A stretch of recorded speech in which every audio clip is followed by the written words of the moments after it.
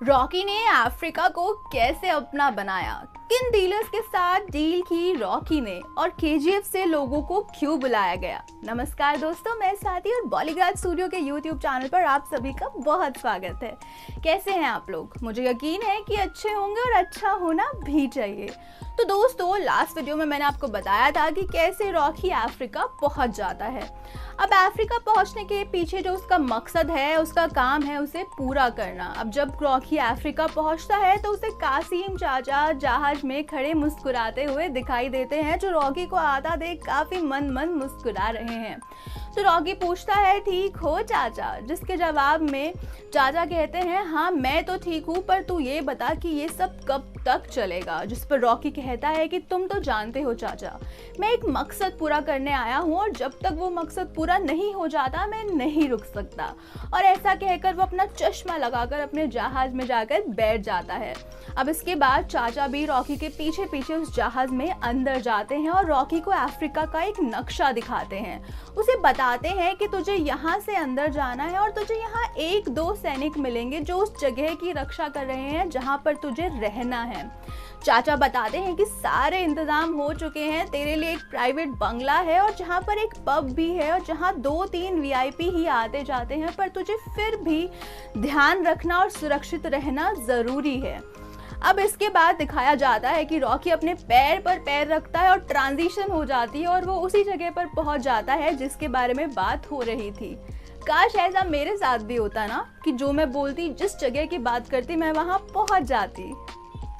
खैर, इसके बाद रॉकी एक प्राइवेट पब में पहुंचता है जहां एक लाल रंग की बत्ती जल रही है और उस लाल रंग की बत्ती में सोने सा चमकता रॉकी लोगों को काफी ज्यादा अखर रहा है।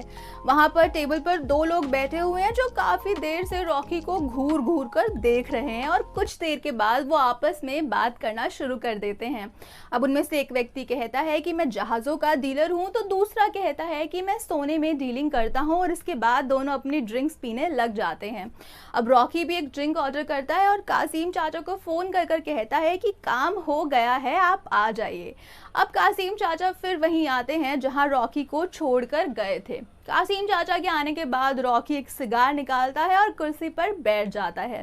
कासिम चाचा अपने साथ पैसों से भरा हुआ एक बड़ा सा बैग लेकर आए हैं और जाकर उस टेबल पर रख देते हैं जहां वो दोनों व्यापारी बैठे हुए हैं। कासिम चाचा कहते हैं कि मैं सोने में डीलिंग करता हूँ, व्यापार करता हूँ, तो मुझे तुम दोनों को हायर करना है। तो इस पर वो दोनों कहते हैं कि हम छोटा मोटा काम नहीं करते। जिस पर कासिम चाचा कहते हैं कि मुझे रोज 30 से 40 जहाज की ज़रूरत होने वाली है। जिस पर जहाज़ों का डीलर कहता है कि इतने तो मेरे पास भी नहीं है, लेकिन मैं इंतज़ाम कर सकता हूँ।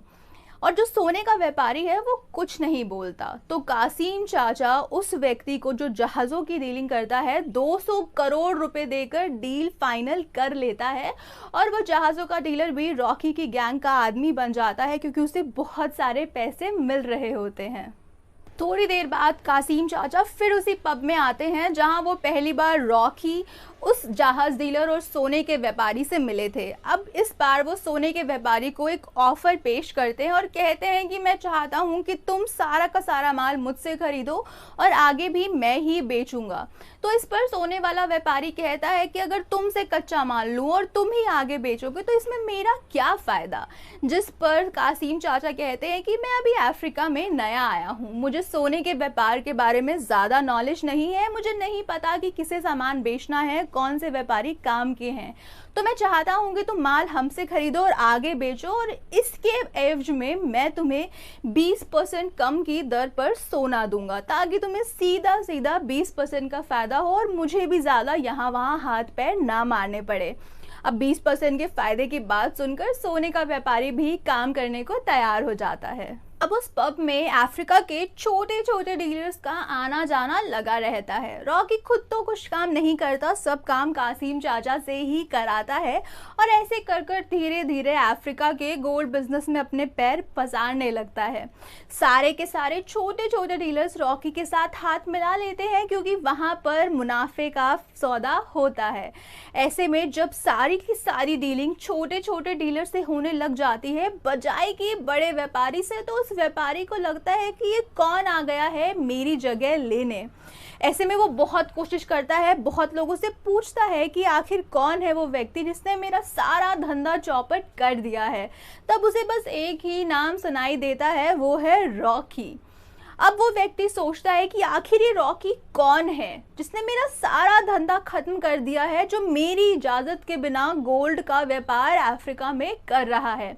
ऐसे में एक दिन वो व्यापारी कासिम चाचा को कहता है कि कोई नया लड़का आया है जिसने मेरा सारा धंधा बर्बाद कर दिया है, जिस पर कासिम चाचा उसे सलाह देते हैं कि तुम्हें रॉकी के साथ हाथ मिला लेना चाहिए।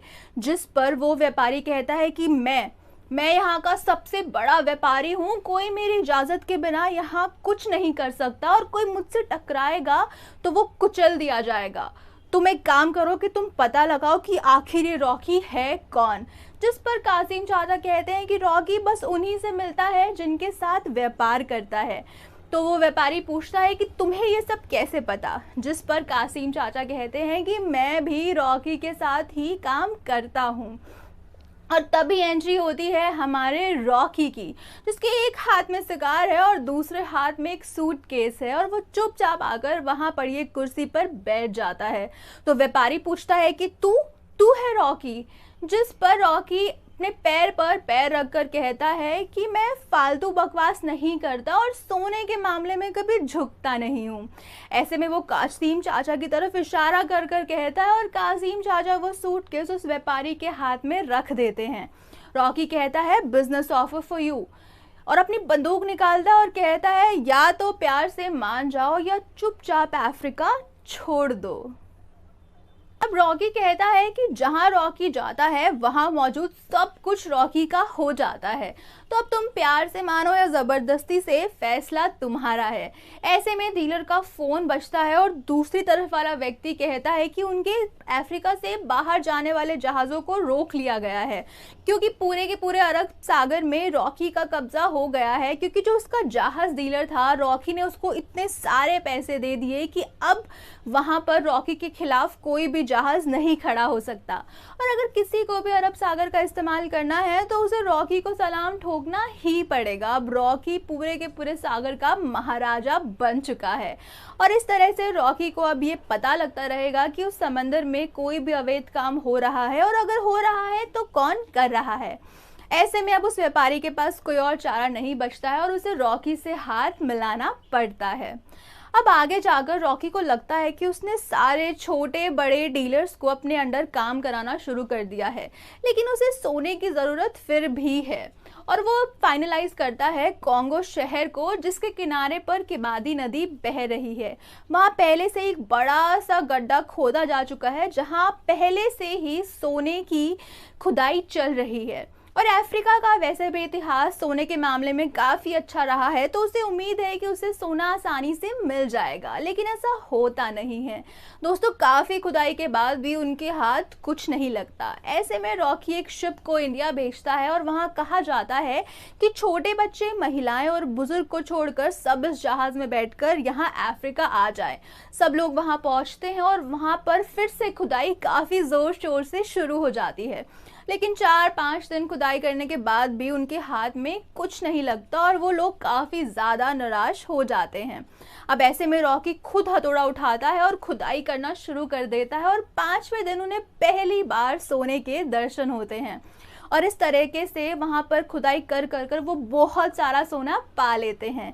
अब रॉकी ने अफ्रीका में 3-4 साल सोने का व्यापार किया और वहाँ से भारत, इंडोनेशिया, दुबई और न जाने कहाँ कहाँ सोना भेजा, जहाँ पर मौजूद उनके डीलर सोने को लोगों को कम दाम में बेचते हैं, जिससे दोनों पार्टीज को काफ़ी ज़्यादा मुनाफा हो जाता है।